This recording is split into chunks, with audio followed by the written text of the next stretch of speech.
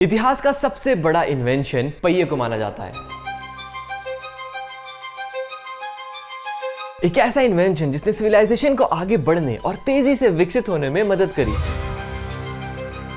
अगर हम आज के मॉडर्न इंफ्रास्ट्रक्चर, व्हीकल्स और मशीनरी को देखें तो इन सब के बुनियाद में सिंपल मगर रिवॉल्यूशनरी पहिया ही है। पहियों द्वारा हॉर्सलेस ट्रांसपोर्टेशन की शुरुआत साइकिल से हुई थी। साइकिल जैसी आज दिखती है, शुरुआत में वैसी बिल्कुल भी नहीं थी। समय में थोड़ा पीछे चले तो जो दुनिया की सबसे पहली साइकिल थी, न ही उसमें स्टीयरिंग हैंडल्स थे, न ही ब्रेक्स थे और यहाँ तक कि पेडल्स भी नहीं थे। तो आखिर हम इसे चलाते कैसे थे? बीच में ये जो छोटे बड़े पहियों वाली साइकिल आई थी, ये क्या थी? हिस्ट्री ऑफ इन्वेंशन के पहले एपिसोड में हम जानेंगे साइकिल यहाँ से यहाँ तक कैसे पहुंची।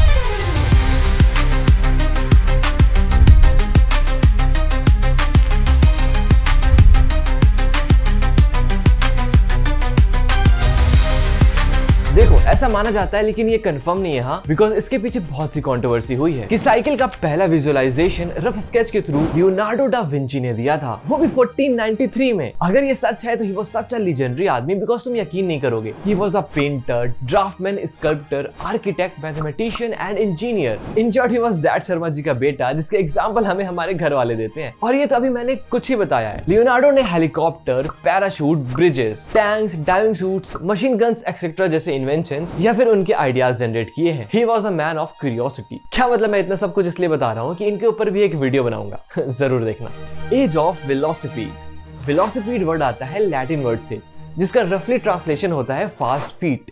फास्ट फीट क्यों? बिकॉज जो फर्स्ट बाइसिकल एवर थी सेलेरिफेर, इसमें एक वुडन फ्रेम पे बस 2 पहिए लगे हुए थे। ना ही इसमें ब्रेक्स थी, ना ही डायरेक्शन देने के लिए हैंडल्स थे और ना ही पेडल्स थे। क्या था ये? इसको चलाने के लिए हमें अपने पैरों से धक्के लगाना पड़ता था। इमेजिन करो तुम इसमें बैठ के धक्के लगा रहे हो, ना ही ब्रेक्स है, ना ही हैंडल्स है और ना ही पेडल्स। चलाते वक्त हाथ कहाँ रखेगा बंदा? और जैसे कि अभी मैंने बताया कि स्टीयरिंग हैंडल्स भी नहीं थे, तो डायरेक्शंस भी ऊपर वाले के भरोसे, बिल्कुल मेरे जिंदगी की तरह। फिर भी अगर हमें डायरेक्शन चेंज भी करना होता था तो पहले हम इसे उतरते थे, इसे उठा के दूसरे डायरेक्शन में रखते थे और फिर उस डायरेक्शन में आगे बढ़ते थे। इससे अच्छा मैं तो पैदल ही चल लेता। 1815 में माउंट तबोरा, जो कि एक वोल्केनो है इंडोनेशिया में, इरप्ट हुआ। ये one of the largest volcanic explosion था, जिससे बहुत ही ज्यादा क्लाउड ऑफ ऐश बने। ये क्लाउड ऑफ ऐश क्या करते हैं कि सनलाइट को ब्लॉक कर देते हैं, जिससे ग्लोबल टेम्परेचर गिर जाता है, क्रॉप्स ग्रो नहीं कर पाते, फूड्स की भी शॉर्टेज हो जाती है और एनिमल्स मरने लगते हैं एंड हॉर्सेस की भी कमी हो जाती है। यही हॉर्सेस उस वक्त के मेन मोड ऑफ ट्रांसपोर्टेशन थे, जिनकी शॉर्टेज हो गई थी। एंड इन्हीं हॉर्सेस की कमी ने एक German inventor Karl von Drais को मोटिवेट कर दिया था एक हॉर्सलेस ट्रांसपोर्टेशन बनाने के लिए। और 1817 में वॉन ने डांडी हॉर्स इन्वेंट कर लिया। वैसे तो इसके बहुत से नाम है, लेकिन हम इसे डांडी हॉर्स से बुलाएंगे।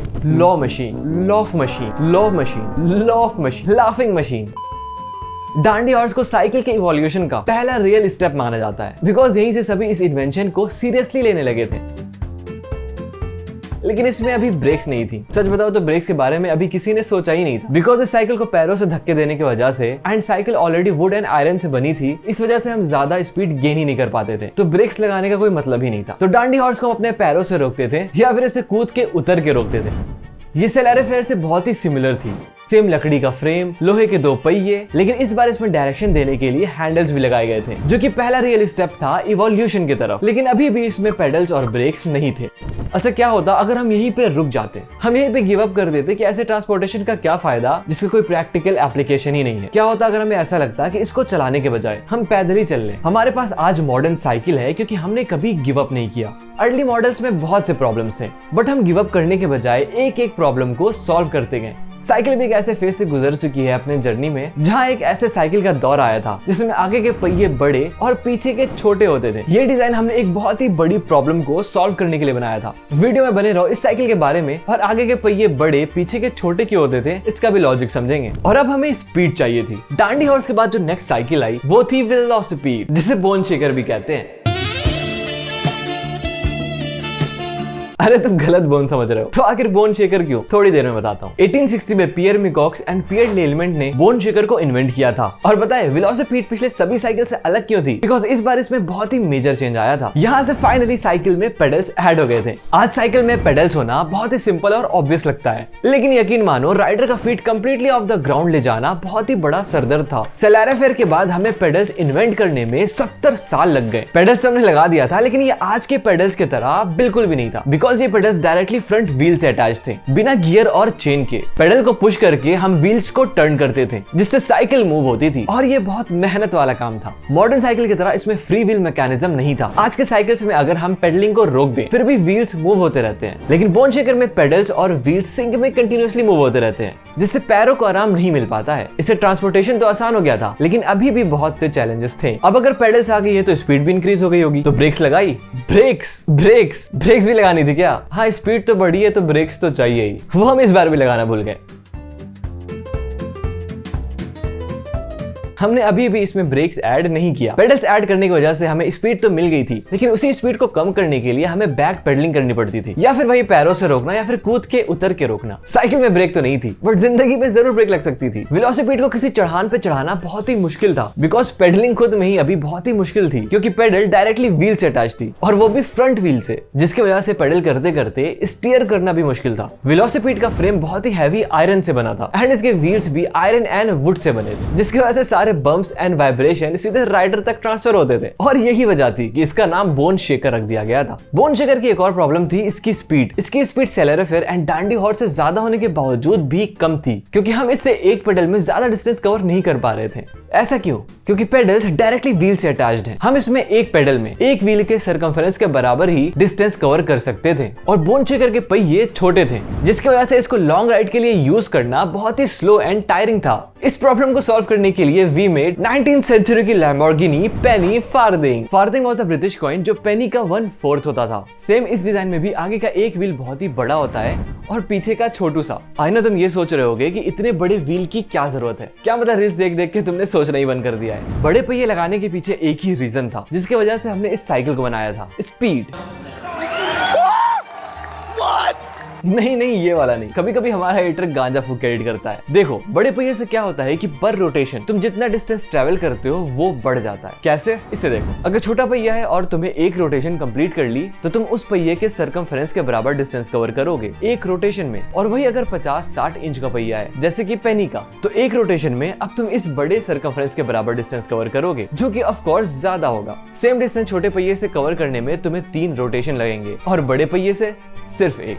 बिग व्हील नहीं, बिग ब्रेन इन्वेंशन था ये। अगेन इसमें भी पेडल्स फ्रंट व्हील पे लगे हुए थे, बिना किसी गियर और मॉडर्न मैकेनिक्स के, तो इसे भी पेडल करना आज के हिसाब से मुश्किल था, लेकिन इसके पुराने वर्जन से तो आसान था, बिकॉज इससे राइड स्मूथ हो जाती थी। क्योंकि पेनी फार्थिंग के साथ एक और चीज इंट्रोड्यूस हुई थी, रबर टायर्स। अभी तक के सारे व्हील्स मेटल या फिर वुडन के होते थे, जिससे राइड बहुत ही हार्श या फिर अनकंफर्टेबल होती थी। अनइवन सरफेसेस पे राइडर को ऊपर मिनी अर्थक्वेक सहना पड़ता था। ऐसे ही नहीं हमने उसे बोन शेकर नाम दिया था। रबर क्या करता है कि शॉक एंड वाइब्रेशंस को एब्जॉर्ब कर लेता है, जिससे राइडर ऊपर स्मूथली राइड करता है बिना अनकंफर्टेबल हुए। पेनी फार्थिंग को एडवांस साइकिल समझ सकते हो अपने समय की, जिसे चलाना एक स्टेटस सिंबल बन गया था। सिर्फ अमीर लोग ही इसे अफोर्ड कर पाते थे। पेनी फार्थिंग ने बहुत सी प्रॉब्लम सॉल्व कर दी थी। ये एक बोल्ड एक्सपेरिमेंट था जिसने इंजीनियरिंग और डिजाइनिंग की सारी बाउंड्रीज पुश कर दी थी, लेकिन फिर भी ये एक सक्सेसफुल फेलियर थी, बिकॉज अभी भी एक प्रैक्टिकल डिजाइन नहीं थी। पहले तो इसके बड़े पहिए होने की वजह से सीट भी उतने ही ऊपर थी, तो इस पे बैठने के लिए लिटरली हमें क्लाइंब करना पड़ता था। तो भाई बुजुर्ग और वुमेन तो इसे चलाने से रहे।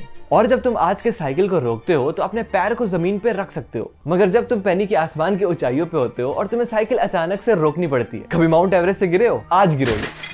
और असली मजा तो इसमें भी नहीं है। पेनी फार्थिंग की सबसे खास बात ये थी कि अगर तुम इसे चलाते वक्त किसी चीज को हिट कर देते हो तो तुम्हें क्या लगता है, तुम्हारी साइकिल रुक जाएगी और तुम नॉर्मली गिरोगे? ना जी ना, उस वक्त तुम्हारी साइकिल मारेगी सुप्लेक्सिटी। बिकॉज पेनी का डिजाइन ऐसा था कि वो किसी चीज को हिट करते ही फ्लिप हो जाती थी और लोग अपने सर के बल गिरते थे। ये इतना फेमस था कि पेनी को एक नाम भी दे दिया गया था, टेकिंग अ हेडर। ये बस कोई साइकिल नहीं थी, ये टेस्ट ऑफ सर्वाइवल थी। ठीक है, हमने इससे कई सारी प्रॉब्लम तो सॉल्व कर दी थी, लेकिन प्रोडक्ट बहुत ही अनसेफ बना दिया था, और इसीलिए अब लोगों को सेफ्टी चाहिए थी। गेस करो नेक्स्ट साइकिल कौन सी आई होगी? The safety cycle. ऑब्वियसली अब जनता एक सेफ साइकिल डिमांड कर रही थी, बिकॉज पेनी कुछ ज्यादा ही अनसेफ थी। तो सबसे पहले साइकिल को दोबारा सेफ बनाने के लिए हमें पहियों को बराबर करना पड़ेगा, बिकॉज सारी फसाद के जड़ तो यही थे। और हमने अगर सेफ्टी साइकिल में पहियों को इक्वलाइज कर भी दिया तो फिर से पुरानी वही प्रॉब्लम सामने आ जाएगी जो सेलेरोफेर, बोन शेकर और लॉफ्ट मशीन में थी। बोल लिया इस बार। पेडल्स डायरेक्ट व्हील से कनेक्ट होने की वजह से हम ओल्ड मॉडल्स में ज्यादा स्पीड गेन नहीं कर पाते थे और कम डिस्टेंस तक ही चला पाते थे। तो क्या हमने सेफ्टी साइकिल में इस प्रॉब्लम को सॉल्व किया? ऑफ कोर्स किया। अब बताता हूँ कैसे। हमने ये प्रॉब्लम सॉल्व करने के लिए चेन मैकेनिज्म का यूज किया, जिसकी मदद से अब पेडल्स व्हील से डायरेक्टली कनेक्टेड नहीं थे। इंस्टेड अब पेडल रियर व्हील से कनेक्ट थे, एक चेन एंड स्प्रॉकेट सिस्टम के मदद से, बिल्कुल आज के मॉडर्न साइकिल की तरह, जिससे पेडल करना आसान हो गया और फ्रंट व्हील फ्री होने की वजह से स्टीयर करना भी आसान हो गया। लेकिन अभी भी पेडल का एक रोटेशन व्हील के एक सर्कमफरेंस के बराबर ही होगा, और ये बहुत कम होगा बिकॉज व्हील तो अभी भी छोटे हैं। तो एक बार फिर से हम उसी प्रॉब्लम पे आ गए थे, जो कि थी स्पीड। लेकिन इस बार स्पीड को सॉल्व करने के लिए हमने काइंड ऑफ पेनी फार्थिंग वाला ही फॉर्मूला यूज किया, लेकिन कुछ अलग तरीके से। इसे सॉल्व करने के लिए हमने वो यूज किया जो हमेशा से हमारे सामने था, बट किसी का उस पर ध्यान ही नहीं गया था, जबकि ये सारे चेंजेस इंडस्ट्रियल रिवॉल्यूशन के टाइम पे हो रहे थे। The gears. तो देखो हमने क्या दिमाग लगाया, हमने दो गियर लिए, एक को पेडल से अटैच कर दिया और दूसरे को रियर व्हील से, और इन दोनों को चेन से अटैच कर दिया। इसे ही चेन स्प्रॉकेट मैकेनिज्म कहते हैं। बट जो मैजिकल ट्विस्ट था वो ये था कि हमने फ्रंट गियर को रियर गियर के कंपैरिजन में बड़ा कर दिया। जो हमने पेनी फार्थिंग में व्हील्स के साथ किया था, वो हमने यहाँ पे गियर्स के साथ किया। तो देखो इससे क्या हुआ, अब बड़े गियर के एक रोटेशन से गियर 3-4 बार रोटेट करने लगा। यानी कि अब हम एक पेडल से व्हील को 3-4 रोटेशन दे सकते हैं, जिससे डेफिनेटली स्पीड वाली प्रॉब्लम सॉल्व हो गई। इससे स्टार्टिंग में तो थोड़ी मेहनत लगेगी, लेकिन अगर स्पीड मिल जाए तो बहुत ही कम मेहनत में अच्छी खासी स्पीड गेन कर सकते हैं। आज के मॉडर्न साइकिल्स जो हम चलाते हैं वो सेम चेन स्प्रॉकेट मैकेनिज्म पे ही चलते हैं। ये डिजाइन बहुत ही बड़ा ब्रेक थ्रू था, जिसने साइकिल को स्टेबल, आसान और सेफ बना दिया। बट हाँ, इसमें भी एक प्रॉब्लम थी जो आज के मॉडर्न साइकिल में भी होती है, कि इसे कहीं अपहिल पे चढ़ाना बहुत ही मुश्किल होता है। ऐसा इसलिए था बिकॉज अपहिल जाने में अब तुम्हें खुद को ग्रेविटी के अगेंस्ट पुश करना है, एंड इस बड़े गियर से एक पेडल में तुम 2-3 रोटेशन ले रहे हो, जिसमें ऑलरेडी एक्स्ट्रा स्ट्रेंथ लगती है, और ये तुम अपहिल करोगे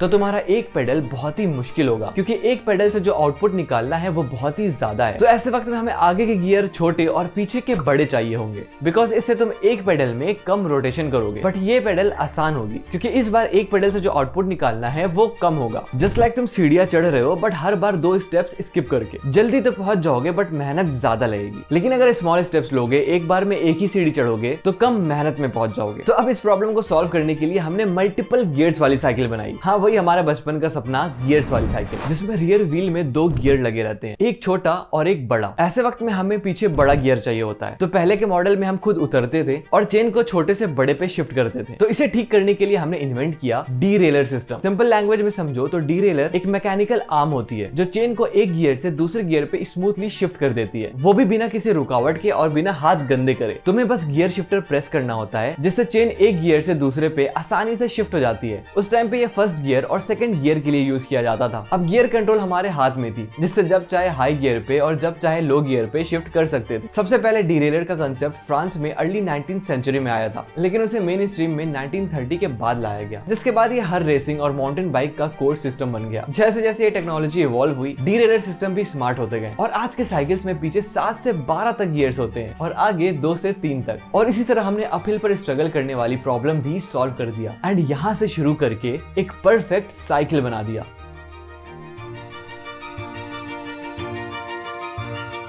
अब वीडियो एंड होने वाली है, तो मेरा फर्ज बनता है कि जो मैंने साइकिल की जर्नी बताई है, तुम इनसे इंस्पायर हो और एक सीख लेके जरूर जाओ। देखो, ये कितनी क्रेजी बात है कि हम चीजों को डायरेक्ट परफेक्ट बनाना चाहते हैं, सीधे एंड गोल तक पहुंचना चाहते हैं, और फिर उस एंड गोल की कॉम्प्लेक्सिटी से डर के हम कभी स्टार्ट ही नहीं करते। साइकिल के पहले अटेम्प्ट्स कोई मास्टरपीस नहीं थे, बल्कि उनका कोई प्रैक्टिकल यूज भी नहीं था। फिर भी कुछ लोग थे जो कभी रुके नहीं, वो लगे रहे इसको बेहतर बनाने में। इसमें ब्रेक लगाई, हैंडल लगाए, पेडल्स लगाए, एंड बीच में कुछ एक्सपेरिमेंट्स भी किए, और अगेन फेल भी हुए, बट फिर भी रुके नहीं, इसे पॉलिश करते गए। और आज हमारे पास इतनी एडवांस साइकिल है जिसे देख के लगता है ये किसी सुपर हीरो के लिए डिजाइन किया गया है। लेकिन सोचो, अगर कभी सेलारा फेरी नहीं बनी होती तो आज वाली एडवांस साइकिल भी नहीं बनी होती। अगर हम स्टार्टिंग के अटेम्प्ट्स पे ही गिव अप कर देते तो यहाँ तक कभी नहीं पहुंच पाते। तो तुम भले ही कोई बिजनेस करना चाहते हो, कंटेंट क्रिएशन करना चाहते हो, या किसी एंट्रेंस एग्जाम के लिए पढ़ाई शुरू करना चाहते हो, तुम्हारा पहले अटेम्प्ट किसी सेलारा फेयर से कम नहीं होगा। काफी पार्ट्स मिसिंग होंगे, तुम्हें उस पर कॉन्फिडेंस नहीं आएगा, तुम्हें लगेगा मैं इसके लिए बना ही नहीं हूँ। लेकिन दोस्त, यहीं पे तुम्हें गिव अप नहीं करना है। तुमने इसे स्टार्ट कर दिया है तो ऑलरेडी 90% पॉपुलेशन से आगे आ गए हो, जो बस सोचते हैं, कुछ करते नहीं। और यहीं से ग्रेटनेस की शुरुआत होती है। तुम्हारा गोल पहले अटेम्प्ट में परफेक्ट होना नहीं होना चाहिए, बल्कि तुम्हारा गोल स्टार्ट करना, इंप्रूव करना और सीखते रहना होना चाहिए। तो उठो, चलो बनाओ अपनी सेलारा फेयर, बिकॉज एक दिन तुम इसे मास्टरपीस में जरूर बदलोगे। अभी भी स्टार्टिंग अटेम्प्ट्स के रिजल्ट पे गिव अप करने का सोच रहे हो तो you should rethink about it.